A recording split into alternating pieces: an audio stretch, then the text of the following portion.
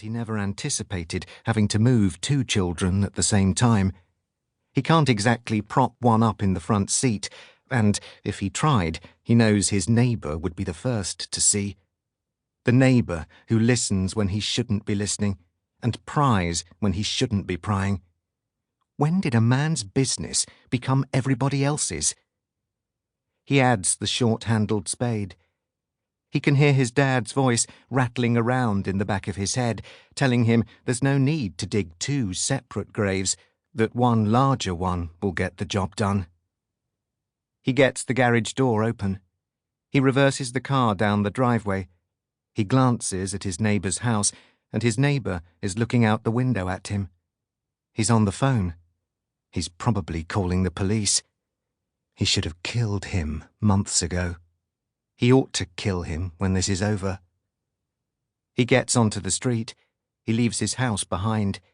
He takes lefts and rights, working his way north to the edge of Christchurch, to go beyond it, out to where his dad showed him how to bury a body all those years ago, back before diabetes took his dad's leg, then his sight, then his life. Every part of his body wants him to go faster, to put as much distance between himself and his house and get this over with, but he fights the urge, keeping the needle hovering on the speed limit. Last thing he needs is to be pulled over for speeding. He swears at every red light and thanks God at every green. His car is making a weird ticking sound. It's been doing that for the last few weeks, and he's been meaning to get it looked at. And what if this is the trip where it gives up? He should have taken it to a mechanic as soon as the noise started. He breathes in deep and breathes out slow, and tries not to make any noises in case that's what puts the car over the edge. There are no sirens, no police cars. But then, there is, coming up fast behind him.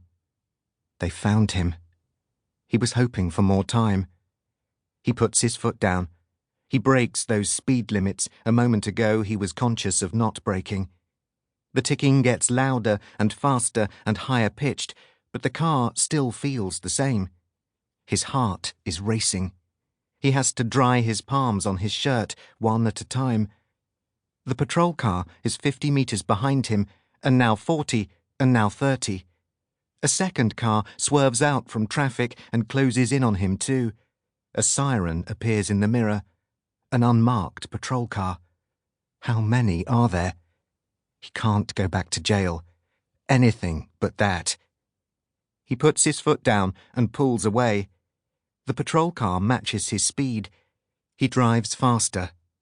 If you drive fast enough in New Zealand, and dangerously enough, the police are required by law to call off the chase, which Lucas sees as a reward-based system. He swerves in and out of traffic. The patrol car stays with him, but then slows up and hangs back. Up ahead, traffic is getting thick. He needs to turn off. There is a gap in the flow of traffic coming towards him. He can squeeze behind a white van and in front of a large truck. The gap will line up with a cross street, or at least close enough that he can make it happen. It will be tight, but he can make it. He eases his foot off the accelerator and turns behind the van, narrowly avoiding the bumper, then puts his foot back down. For a moment, he thinks the car is going to choose that instant to die on him, that the ticking will become screaming as belts pull away from pulleys and cogs strip away teeth.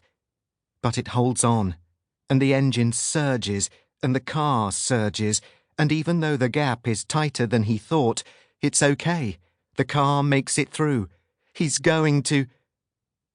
The truck hits the car, compacting it before sending it flipping through the air. Metal twists and glass shatters, and the gas tank ruptures. The first time the roof hits the ground, it's lowered by half, hitting Lucas Pittman in the head. When it hits the second time, he gets his wish of never having to go back to jail. The car comes to a stop. The young boy in the yellow t-shirt and red shorts bouncing...